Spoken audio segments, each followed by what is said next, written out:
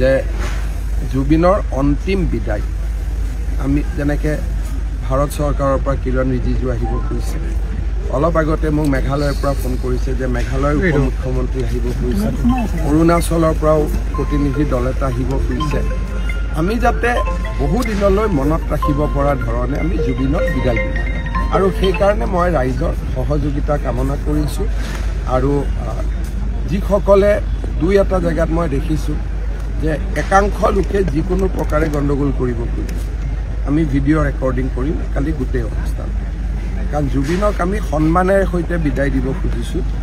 ইয়াত আমি বিশৃংখল সৃষ্টি কৰিব খোজা নাই। গতিকে কালি আমি গোটেই অনুষ্ঠানটো সৰু সজাইৰ পৰা অন্তিম বিদায়লৈকে গোটেইটো আমি ভিডিঅ' কৰিম।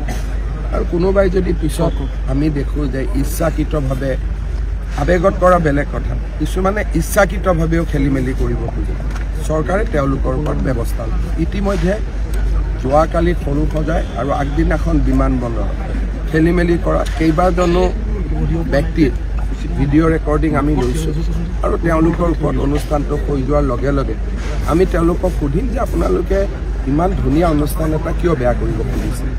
গতিকে চৰকাৰে সকলো ফালৰ পৰা আমি জুবিনক সন্মান দিম আৰু জুবিনৰ অনুষ্ঠানটো যাতে আমি কোনেও ক'তো খেলি মেলি নকৰোঁ তাৰ বাবে চৰকাৰে দৃষ্টিও ৰাখে।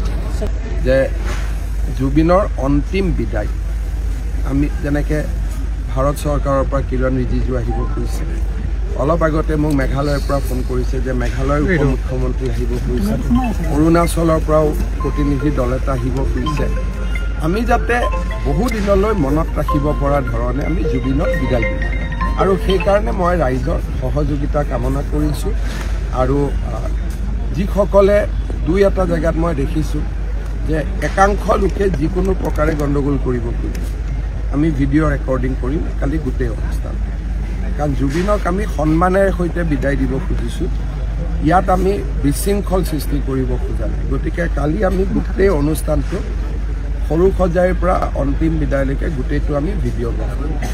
আৰু কোনোবাই যদি পিছত আমি দেখোঁ যে ইচ্ছাকৃতভাৱে আৱেগত কৰা বেলেগ কথা, কিছুমানে ইচ্ছাকৃতভাৱেও খেলি মেলি কৰিব খোজে, চৰকাৰে তেওঁলোকৰ ওপৰত ব্যৱস্থা ল'ব। ইতিমধ্যে যোৱাকালি সৰু সজাই আৰু আগদিনাখন বিমানবন্দৰত খেলি মেলি কৰা কেইবাজনো ব্যক্তিৰ ভিডিঅ' ৰেকৰ্ডিং আমি লৈছোঁ আৰু তেওঁলোকৰ ওপৰত অনুষ্ঠানটো হৈ যোৱাৰ লগে লগে আমি তেওঁলোকক সুধিম যে আপোনালোকে ইমান ধুনীয়া অনুষ্ঠান এটা কিয় বেয়া কৰিব খুজিছে।